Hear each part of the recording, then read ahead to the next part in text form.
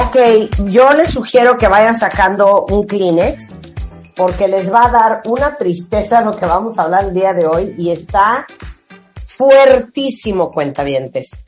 Porque de entrada, déjenme decirles que quiero que me confiesen, ¿quién de ustedes está adicto al azúcar? O sea, ¿quién de ustedes, un alto porcentaje de lo que come es dulce? O sea, es dulce y puede ser un café, puede ser porque aman los chocolates, puede ser porque siempre prefieren un pastel o una galleta, cualquier otra cosa salada. Eso tiene que ver con nuestros niveles de adicción a la glucosa. Increíblemente, déjenme decirles que el 90% de nosotros sufrimos de exceso de glucosa y no lo sabemos. Y en México, la gran tragedia es que estamos rankeados en el top 5 de los países con más diabetes tipo 2 a nivel mundial. Invité a The Glucose Goddess, la diosa de la glucosa. Es Jessie Inchauspé. Ella es bioquímica, autora de un bestseller que se llama La Revolución de la Glucosa. Y como yo les he dicho siempre, mi chamba en este programa es encontrar en cualquier parte del mundo donde sea, quien nos venga a hablar de cosas que nos interesan a todos y que nos puedan hacer tener una vida mejor. So, Jessie, welcome to the show. Thank you so much for being with us. So, Mexico and many other parts of the world are listening to the show. And, you know, we have a serious addiction with sugar. So, let's start there. Why? Hola, Marta. Muchas gracias. I don't speak Spanish. No, I understand everything, but I can't speak it. So happy. So I understood everything you said. Yes. So most of us are addicted to sugar. And I think a very important discovery I made is that our addiction is not our fault.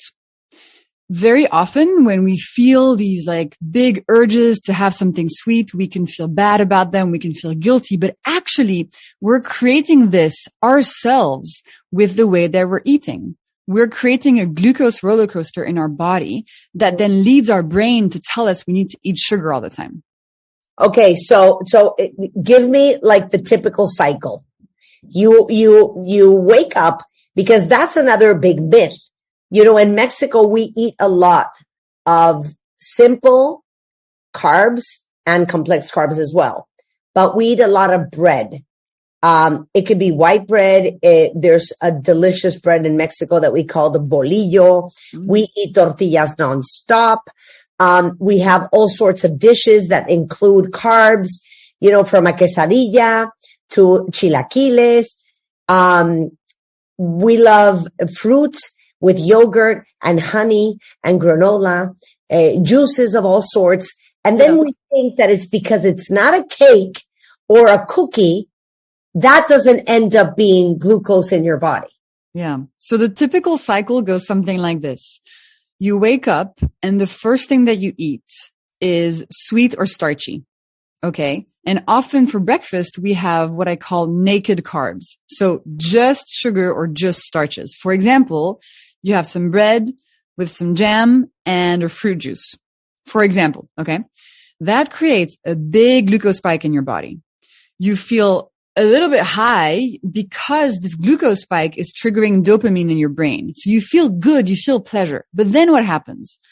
Your glucose then drops very quickly within 90 minutes. During that drop, there's a center in your brain that is activated, and this is the cravings center. And this part of your brain then says, oh, Marta, you need to eat something else that is sweet right now. So now it's 10 a.m. and you're like, ooh, I need a little cookie. I need a smoothie. I need a cereal bar. I need a pastry. So you have it again. And the same thing happens. You spike, so you feel a bit woken up for a little bit, and then you crash again. Then it's lunchtime, and you feel like you want carbs again, and you created this roller coaster with your breakfast. And so those cravings that you're going to have all day, they're not your fault. You cannot apply willpower to fix them. It's impossible. It is literally your brain doing a very powerful biological principle that is forcing you to eat more carbs. So the first place to look if we want to avoid this sugar addiction is to change our breakfast, is to make sure our breakfast does not create the glucose spike. I just fucked it up royally because I just had bread and butter. Okay. Well, bread and butter is actually a little bit better because butter has some fat in it. Yeah. So you're going to actually reduce the glucose spike a little bit by adding this fat to your carbs. But even better is having protein for breakfast, like eggs, meat, fish, etc. No glucose spike. So let me say all this in Spanish. A ver, le digo, no puedo creer la felicidad que estés aquí. Y como les digo, ella es bioquímica. Y se dedicó a estudiar el tema de la glucosa en el cuerpo. Y dice, mira, hice un gran descubrimiento. Esta adicción que tenemos a la glucosa, y cuando digo glucosa estoy hablando de azúcar, y ahorita voy a hablar de los diferentes tipos de azúcar, de azúcares, en realidad no es nuestra culpa, es simplemente nuestro cuerpo reaccionando a lo que le damos de comer. Entonces le digo, y yo creo que el gran mito que tenemos en México, cuentavientes, es que si no es azúcar en la forma de azúcar blanca, o si no es azúcar en la forma de algo obviamente azucarado, como puede ser la miel o el piloncillo o una galleta o un pastel, creemos que no es azúcar. Pero pónganse a pensar que en México gran parte de nuestra dieta está basada en glucosa. ¿A qué me refiero? Somos altos consumidores de carbohidratos, tanto simples como complejos. ¿Eso qué quiere decir? Arrancamos el día y la base de la alimentación en México, pues que si no es un bolillo, es una tortilla, que si no es una tortilla, son unos chilaquiles, que si no son unos chilaquiles, es una quesadilla, si no es una quesadilla, es un pan dulce. Y todo eso, que son carbohidratos simples, en el cuerpo acaban convirtiéndose en glucosa igual. Da igual si te metiste un bolillo, si metiste 3 cucharadas de azúcar. Entonces, lo que dice Jessie es, les voy a explicar cómo es el ciclo. Tú amaneces y te metes un pan con mermelada en la mañana y ¿por qué no un jugo de naranja? Porque también nos encanta la fruta con granola, con miel, con yogurt. ¿Qué pasa? Que vas a sentir una especie de high, o sea, te vas a dar una animadota, porque eso produce en el cerebro dopamina, que es, digamos, que un motivante natural. Y básicamente, a los 90 minutos, ese high se te viene para abajo. Y entonces empiezas a sentir que te estás desvaneciendo, que estás agotado, que ya hasta dices, es que se me está bajando el azúcar, se me bajó la presión. ¿Qué haces? No, pues me voy a rifar ahorita una galleta del Oxxo. Te metes una galleta. Vuelves a tener ese pico. Te vuelve a venir la bajada. Y cuando viene la bajada hay un centro en el cerebro que literal le dice a tu cuerpo, oye, dame energía, dame ánimo. Y siempre lo que queremos y lo que ansiamos es otro carbohidrato para volver a tener ese high y volver a segregar dopamina. Da la hora de la comida. Y obviamente lo que más se te antoja es más carbohidrato. Entonces, para las 10 de la noche que te vas a ir a dormir, acabas de vivir durante el día una montaña rusa de vámonos para arriba, ahora nos vamos hasta el hoyo. Ahora se me vuelve a subir el azúcar, ahora voy para abajo. Ya me entró un down horrendo, a ver, échenme una galleta o a ver, rífenme un chocolate. Y así estamos todo el día. Entonces, si ustedes quieren cambiar este ciclo horrendo, tienen que comenzar por el desayuno. Y lo que tienen que desayunar, primero, es proteína. Me da igual si es carne, huevo, jamón, pescado, pero tiene que ser proteína. Y le digo yo que yo ya voy mal porque esta mañana desayuné 2 English muffins con mantequilla y me dice, bueno, no estuvo tan grave porque le echaste la mantequilla y la mantequilla es grasa. Pero entonces, a ver, ¿cómo vamos a comer carbohidratos para no tener estos picos de glucosa y estas montañas rusas horrendas? Because that's what we tend to say. Things like, oh my God, I think my sugar levels are so down. Oh my God, I think my blood pressure is, super low. Yeah. I need a picker-upper. Who has some chocolate? Then you go down to the 7-Eleven and get some cookies. Anything that gives you that high. So what you said is we should start our breakfast. We should break our fast with protein. Mm-hmm. Why so? So protein does not create the glucose spike in the body. It gives you a bunch of energy. It actually fuels your body properly. And it keeps your hormones steady. So you don't have these crazy cravings. You don't start feeling hungry again after 90 minutes. So that's the first place to start. But we have to acknowledge as well that, eating carbohydrates gives us pleasure. So the question is, how do we do this? How do we eat the carbs, and when do we eat the carbs without creating the glucose spikes that are going to lead to type 2 diabetes, to weight gain, to inflammation, to disease? There's another tip I want to share with you guys, which is during your meals, so during lunch and dinner, think about eating your food in the right order. Think about always starting your meal with vegetables.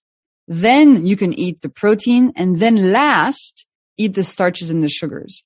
You do not have to change what you're eating. If you just change this order, you can reduce the glucose spike of the meal by up to 75%. Without changing what you're eating at all. But by doing this, you give your body so much more power to handle this food, and you help your physical and mental health tremendously.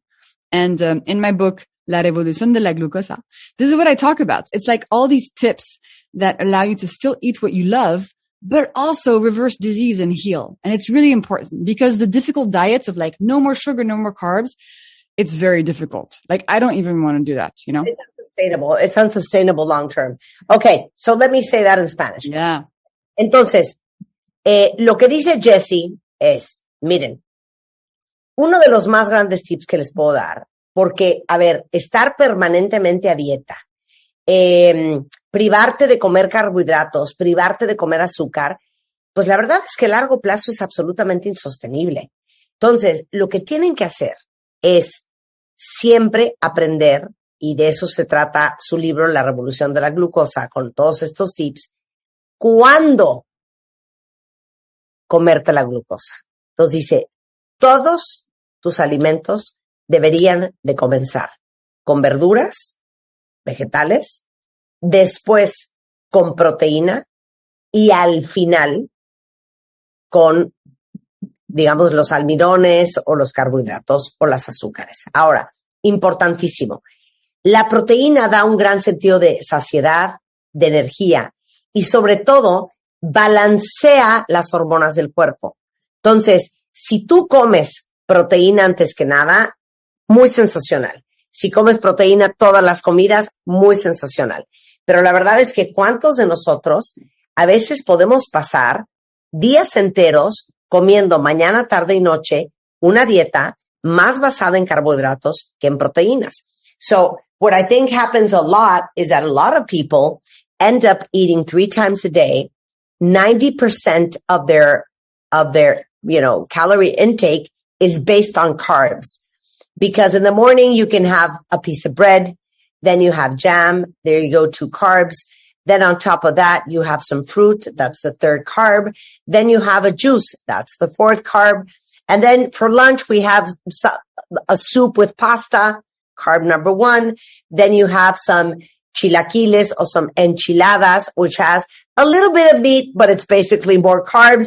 Then you have some rice, and then you end up with a pudding. O sea, it was like 90% carbs without you even knowing. But why are you saying, you said a number, that reduces 75% what? So let's say you have a meal and that the meal has vegetables, it has protein, and it has carbs. You can really affect how much of a glucose spike it's going to create in your body, depending on the order in which you eat the food. So step 1 for many people, is like just looking at what you have for lunch, for example, and trying to eat, if there are any vegetables in your lunch, trying to eat those vegetables first, then the proteins, then the carbs, because that reduces the glucose spike of the meal by 75% without you needing to change what you're eating. But if you only are having carbs, for sure that's going to be glucose spike after glucose spike. Okay. Dice, mira, el orden de lo que comen es lo más importante. Como les digo, primero vegetales, luego proteína, luego los carbohidratos. Y eso va a bajar ese pico de glucosa en un 75%. Entonces, no es tanto lo que coman, sino el orden en que coman las cosas. Okay. Now, why does that order of eating work better than if you start with the carbs? Like, physically what happens in your body that it makes it better and you reduce that 75% that spike. Yeah. So vegetables contain fiber, and fiber is an amazing, amazing thing that is very protective. So if you eat vegetables first during a meal, they're going to land in your stomach, then they're going to go in your upper intestine, and there the fiber is going to create this like protective mesh. It's going to stay there for a couple of hours and prevent you from absorbing too much of the glucose that's coming down during the rest of the meal.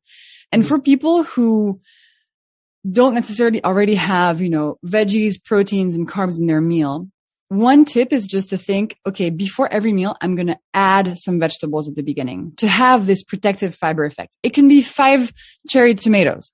It can be a carrot. It can be whatever, like a piece of lettuce.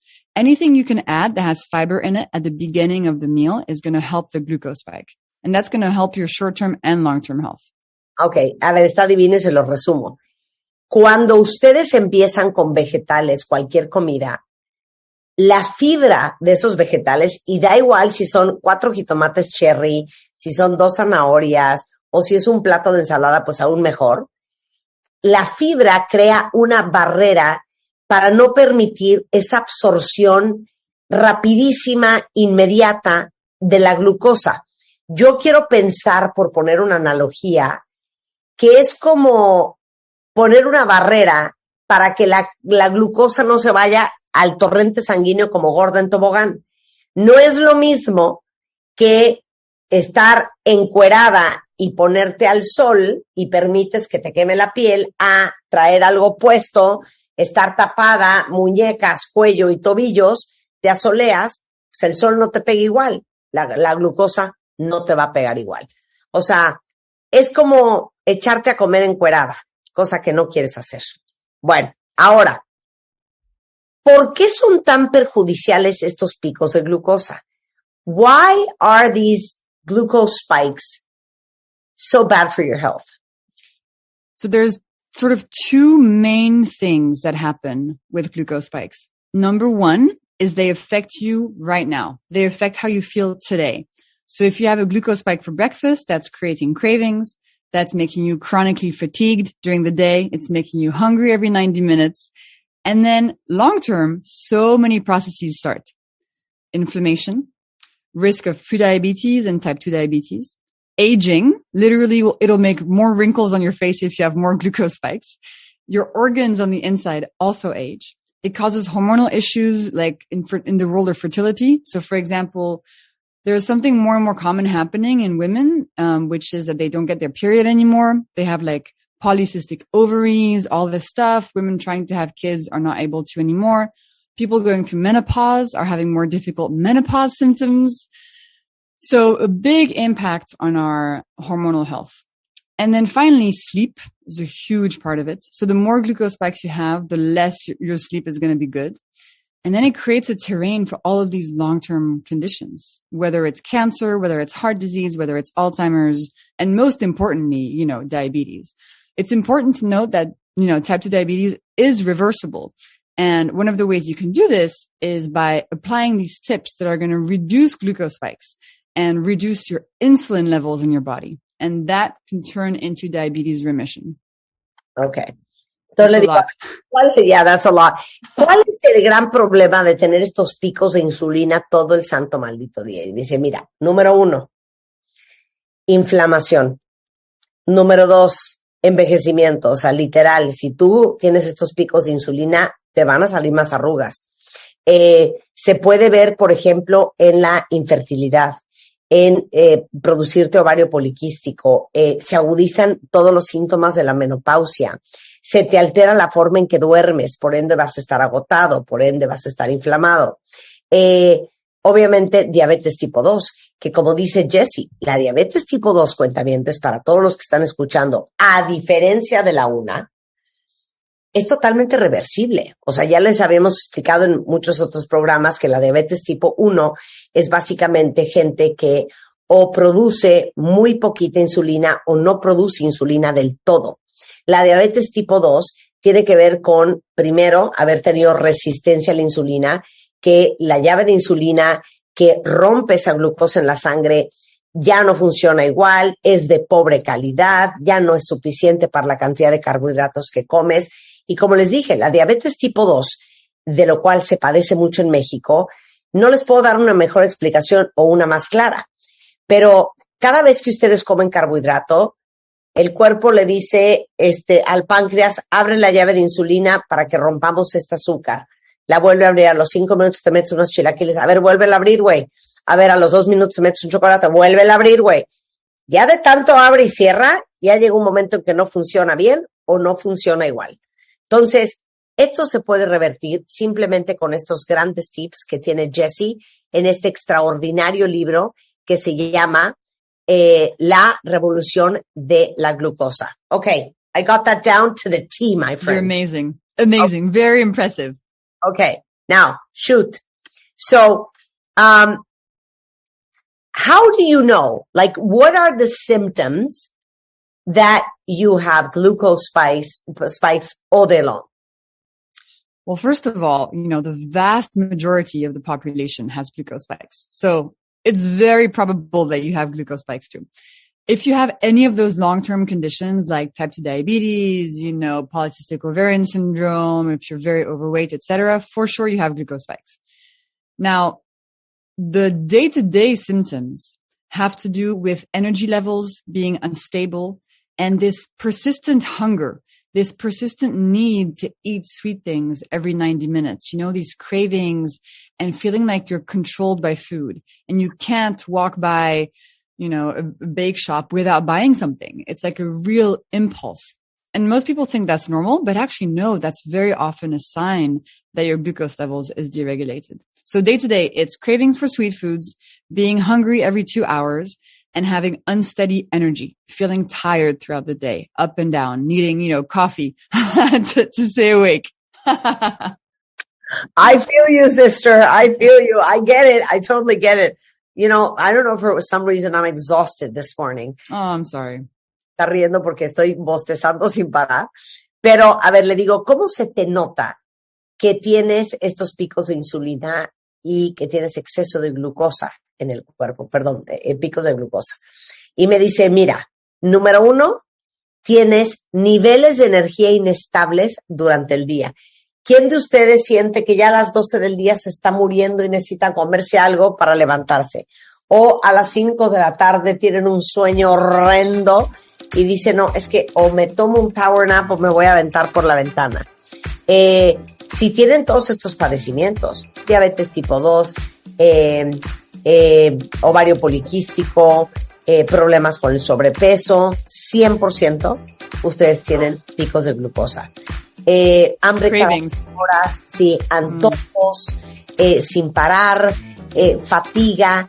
Y el problema de todo esto es que estos picos de insulina son el cultivo perfecto para cáncer, Alzheimer's, Parkinson y muchas otras enfermedades.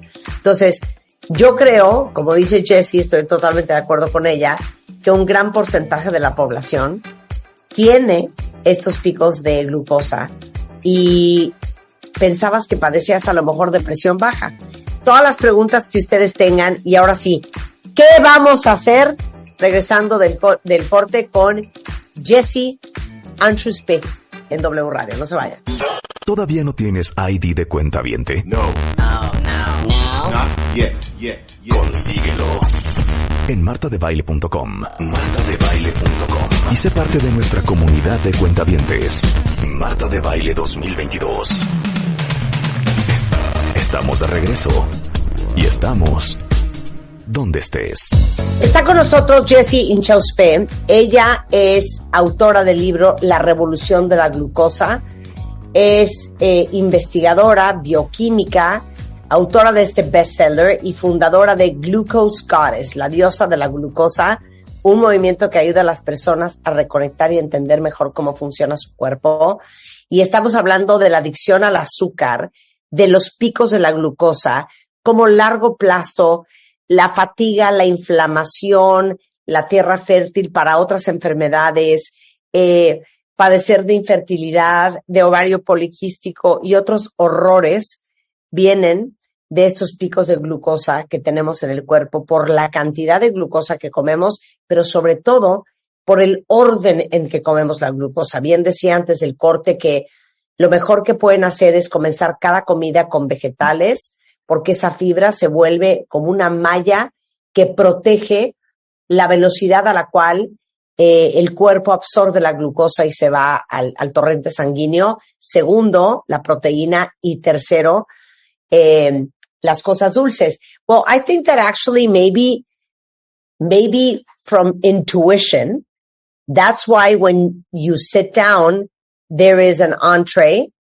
there is, like the main dish, and dessert is always at the end. Yes, but you know what else happens when you sit down at a restaurant? They give you carbs while you're looking for what you're going to eat. With a bread basket. Yeah, absolutely. And actually, I was thinking if I had a restaurant and I wanted people to order as much food as possible so that I could make as much money as possible, I would put bread or tortilla chips or whatever on the table. Because when you eat those first, before the rest of your meal, they're going to create a glucose spike. And then, 60, 90 minutes later, you're crashing. What happens? It's dessert time. You're hungry. You have cravings. Oh, this restaurant has desserts. Let me order a dessert now. It's genius. It's genius. Le digo, bueno, a lo mejor de manera intuitiva es que planearon hacer las comidas así. La entrada, el plato fuerte y luego el postre al final. Me dijo, sí, pero date cuenta de una cosa. Si yo fuera dueña de un restaurante y quiero hacer mucho dinero, que la gente consuma mucha mi comida, pida mucho, ¿qué haría yo? Pongo una canasta de pan al centro o unos totopos de tortillas, cualquier tipo de carbohidrato, porque eso significa que van a tener un pico de glucosa y 60, 90 minutos después, que es seguramente donde ya te toca el postre, la gran mayoría acaba pidiendo postre justamente porque tiene ese pico de glucosa que viene de la canasta de pan. O sea, es una genialidad. Now, let's talk about sugar substitutes. Yes. I love Splenda. Many love stevia. Others love honey. So, a ver, let's talk about that. Okay, so there's different categories. So the sweeteners that don't have calories in them, so they're called non-nutritive. So Splenda, stevia, etc. Those are actually better for us than real sugar, than the white table sugar that you may find putting cakes or in your coffee. So if you have to choose, it's always better to have a Splenda or a stevia than real sugar. That means it's always better to have a Coke Zero than to have a Coca-Cola. That's number one piece of information. I'll say it in Spanish. 100% vamos a hablar de stevia, Splenda, cualquier sustitutos. Esos son las azúcares no calóricas. Y yo les diría 100% para evitar picos de glucosa, es mejor que se metan stevia o Splenda a azúcar. Por eso siempre es mejor meterte una coca de dieta, una coca cero, a tomarte una coca normal. Okay, continue. Sí. Second, honey, maple syrup, agave, whatever other kind of fancy sugars you may find out there.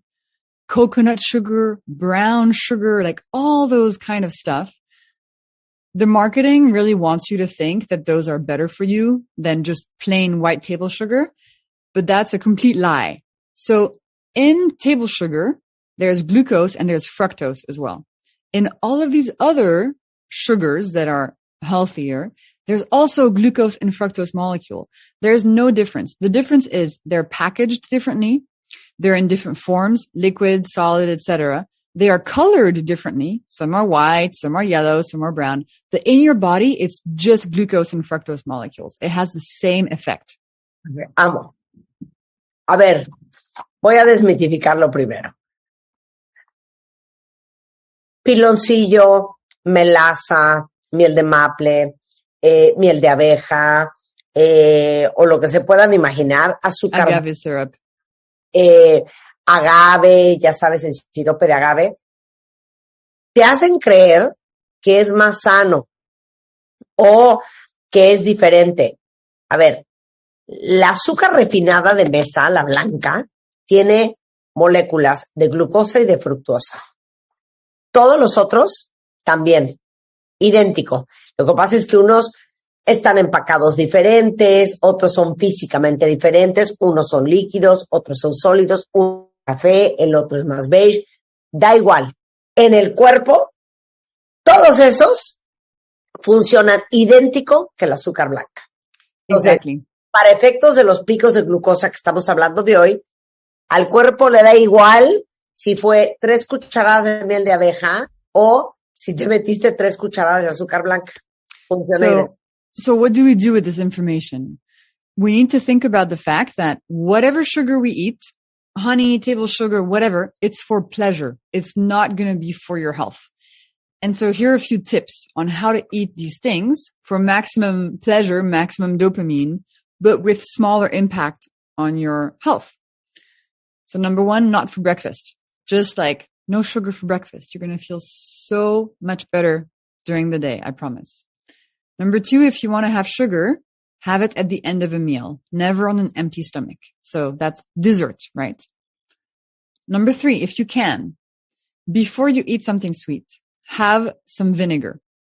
What? A big glass of water with a tablespoon of vinegar in it.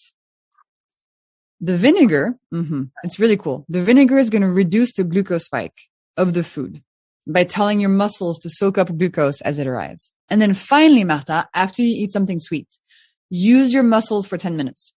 Go for a walk, fold your laundry, play with your dog, dance in your living room, whatever. This combo is going to help your body not have a glucose spike and not start the sugar addiction roller coaster. Oigan, y se fijan que no ha hablado aquí ni de sobrepeso, no ha dicho nada de no se lo coman, les está diciendo cómo. A ver, nunca en el desayuno, déjenlo siempre en las comidas al final, nunca en ayunas, necesitan esa barrera de protección que les da la fibra, y pueden, antes de comérselo, tomar en un vaso de agua una cucharada sopera de vinagre. Is that white vinegar, cider vinegar, what vinegar? Any vinegar. I like apple cider vinegar because it tastes better, but any vinegar. Okay, porque va a contrarrestar que no tengas ese pico de glucosa. Y después, ideal, usar tus músculos. Camina, date una vuelta a la manzana, haz un poco de stretching, lo que quieran hacer. Con estas cosas es sensacional. What I was telling them is you haven't talked about weight loss. You have not talked about, you're not telling us what not to eat. Eat whatever you want, just eat it in the right order. Exactly. Because honestly, as you said at the beginning, like cutting out foods from our diet is totally unsustainable. It creates stress. Here we're talking about health. Like if you use these tips, your body is going to be healthier. You will feel it. You'll have more energy. You'll be happier. Your health will improve. And very often, Marta, people, when they use these hacks, they often lose weight as a consequence of their body becoming healthier. Very, very often, in most cases, I would say. But it's not about that. It's not a diet. These are principles based on the biochemistry of your body to help your body thrive and to help you feel good and happy every day. Claro. Es que dice, miren, obvio no les voy a decir, güey, que no lo coman para bajar de peso. Ese no es el objetivo final. El objetivo final es la salud. Y obviamente, dejar de comer azúcar a largo plazo es insostenible. Entonces, de verdad, es simplemente entender cómo te lo tienes que comer, a qué hora te lo tienes que comer, etcétera, etcétera. Y tengo un chorro de preguntas, por eso ya no lo quiero hacer más largo. Pero, por ejemplo, monk fruit, is it glucose and fructose as well? No, it's a non-nutritive sweetener. It's like stevia and Splenda. It's totally fine. Ah, okay. Yeah. Okay. La fruta del monje, dice, es igualita a la Splenda y a la stevia. Does drinking water help with those glucose spikes? So I'm just now discovering the science around water and glucose. So it's still pretty new for me. But what appears to be the case is that it's better to drink before and after a meal, not during the meal. So, for example, before a meal, you can have vinegar in a glass of water. And then during the meal, it's better to not drink. because it actually forces you to chew your food better, which helps with digestion. And apparently it might help to not dilute too much your gastric juices, etc. And I'm trying this out myself. But yes, it seems that it's better to not eat during a meal. What do you do, Martha? Never during a meal. Yeah, I don't drink water in general, actually. Pero alguien preguntó, oye, el agua ayuda para bajar esos picos de insulina. Y dijo, miren, lo que yo les diría es que no estén tomando agua durante la comida, porque pasa algo muy interesante que es, se diluyen los ácidos gástricos, que son los que van a hacer la digestión. Entonces, o antes, y si es con vinagre, aún mejor, o después.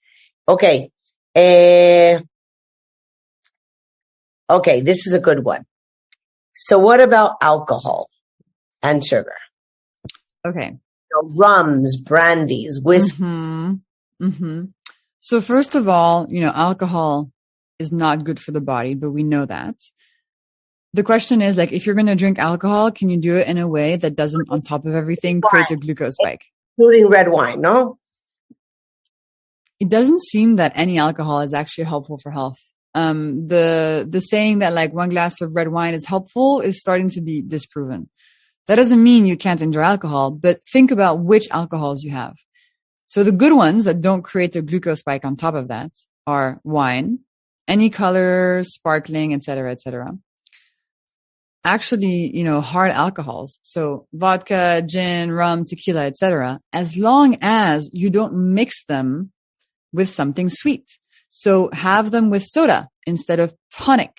Do not have them with a regular Coca-Cola. Do not mix them with fruit juice. That's like the bomb for your liver. Like alcohol and fruit juice is like one of the worst things for your liver imaginable. Dice, bueno, la verdad es que yo no soy fan del alcohol. No creo que hace nada beneficioso para el cuerpo. De hecho, ahorita se está empezando a cuestionar este cuento de que 2 copitas de vino al día son buenísimas. Pero lo que les diría es menos grave el alcohol que el alcohol combinado con algo más. O sea, y lo peor de todo es o cuando son refrescos azucarados y peor aún cuando son jugos. Ahí, eso sí, es el acabose. And obviously, it's not the same drinking vodka than drinking rum. Because of the sugar content? The sugar content. Yeah. What's interesting is that actually alcohol, if you wear a glucose monitor yourself and you drink alcohol, you'll notice that these sort of alcohols do not spike your glucose levels. And it's not for a good reason. It's actually because alcohol really harms your liver and then your body just cannot produce any glucose anymore. So it's unclear which alcohol is best. I do agree with you that I think the clearer ones, so like, the vodkas and the gins are probably a better choice than the darker ones, but I have to do more research into it. What's very clear though from the research is that mixing alcohol with fruit juices is really not a good idea. Yeah. Okay. Oye, a ver, this is a very good question. They're saying here, how can I reverse my diabetes type 2? So the main reason that we get diabetes is because our body has so much insulin in it after years of glucose spikes. And when there's a lot of insulin in the body, that creates insulin resistance. And that then leads to diabetes. And you see diabetes because your fasting glucose levels is very high. So diabetes is a disease of too much insulin and too much glucose. So it makes sense that to reverse it, you want to reduce how much glucose and insulin is in the body. Yeah. The easiest way to do this is by avoiding glucose spikes. Yeah. So by cutting down on these glucose spikes you're having through the hacks that I share, through reducing, the amount of sugar you eat, etc. Over time, that means glucose levels come down, insulin levels come down, and you can put your diabetes into remission as long as you continue having that lifestyle of avoiding the glucose spikes. If you start eating the way you used to again, bam, it comes back. So it's in remission, but if you eat just carbs again, it can come back. Of course. Es que la diabetes tipo 2 cuentavientes, al final es un tema de resistencia a la insulina. Entonces, obviamente, si tú bajas tus picos de glucosa, vas a bajar tus niveles de insulina y evidentemente vas a meter a la diabetes en remisión. Vuelve a comer de la fregada y vas a regresar al mismo lugar por donde empezaste. Okay. Are you coming to Mexico? Where do we buy the book? So what's going on? Is the book in Spanish? Of course it's in Spanish.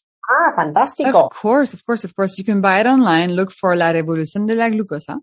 Or if you go on my Instagram, Glucose Goddess, and you tap the link, you'll get all the link in my bio. You'll get the links to buy the book in Mexico, in Argentina, in Spain, etc. If you want it in English, you can also have it.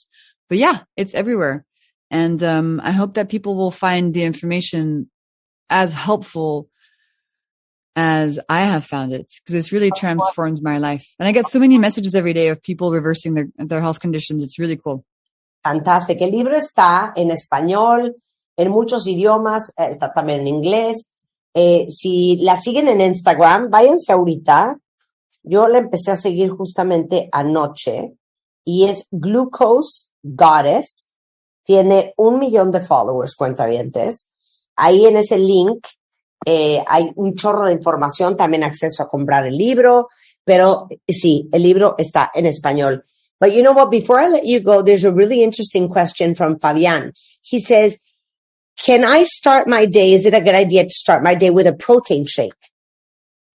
Yes, as long as the protein powder that you're putting in it does not have sugar in it. Yeah. Exactly. So protein powder is totally fine. It's a great way to get your protein in and have like a balanced breakfast that keeps your glucose level steady. No problem at all. Yeah. Bueno, Fabián, muy bien empezar con un shake de proteína siempre y cuando el polvo de la proteína no tenga azúcar. Nan is one of my people. She says, well, doesn't that,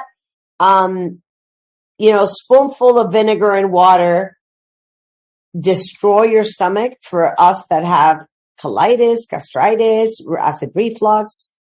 No, so actually vinegar is not that acidic. It's much less acidic than your gastric juices. It's much less acidic than Coca-Cola or than lemon. The taste is very strong, but actually in your body, it's not that bad. And actually for people who have like acid reflux and have problems with digestion, it can actually help. But above all, always with all these hacks, listen to your body. If you do something and you don't feel it, it doesn't work for you, don't do it. There's plenty of things you can do. No tendría por qué irte mal, pero siempre apelen a su cuerpo. No todo es para todo el mundo, entonces escuchen a su cuerpo. This is a good one. What about fruit? Should we avoid intake of fruit, especially in large quantities? So the fruit that we eat today is not natural. Every single piece of fruit you buy at the supermarket comes from millennia of breeding of the fruit so that it's extra juicy, extra big, extra full of sugars. So that's important to remember. But eating a piece of whole fruit is actually the best thing you can eat if you want something sweet, because whole fruit has fiber in it, and fiber is protective. The problem comes when you juice it, you dry it, you do whatever to the fruit, then it's candy. So whole fruit is fine. Oh, then it's candy. I love that. That's what a friend of mine says. She says, grapes are like potato chips of nature. But they're not even that natural, you know? Grapes like a million years ago didn't exist. Yeah. El cuento de la fruta. A ver, nada de la fruta que hay en el mercado es natural. O sea, unas modificaciones impresionantes. Entonces, lo que sí les puedo decir es que si quieren algo dulce, un pedazo de fruta es una muy buena idea. ¿Por qué? Porque tiene fibra. Regresamos a esa barrera de protección de la fibra. La peor idea es quitarle el zumo, o sea, la fibra, y hacerlo jugo. O sea, el jugo, para Jessie, dice, perdón, el jugo es un dulce, es un caramelo, punto y se acabó. And then there was one really interesting sugar. Sugar question. There's a lot of questions. Green juices. Yeah, green juices are fine because they come from vegetables, and vegetables don't have sugar in them. Just avoid apple in there because apple is a fruit and has a lot of sugar in it. But if it's just a vegetable juice, you're fine. Si son puros vegetales, muy bien. Eviten que sea manzana porque la manzana tiene un chorro de azúcar. Y si lo hacen en un jugo, le están quitando la fibra y regresamos al mismo lugar donde empezamos. Entonces, en Instagram es Glucosa. El libro se llama La Revolución de la Glucosa. La pueden seguir en Twitter también como Glucosa o el website que es Jessie Inchauspé.com. No, glucosegoddess.com. Glucosegoddess.com. Okay, Yeah. that's here. Glucosegoddess.com. Okay, cuentavientes. Y les tengo una alegría. Jessie no vino con las manos vacías. Gracias. 10 libros de la revolución de la glucosa para los cuentavientes consentidos. Mándenme de volado un tweet, arroben a Glucosegoddess en Twitter. Díganme cuál es su ID de cuentaviente y los 10 primeros les regalo este libro. Jessie, a big kiss all the way to Paris. Thank you so much for being on the show. Thank you, Marta. Big kiss. We had so much fun. Yes, thank you. Bye. Take care.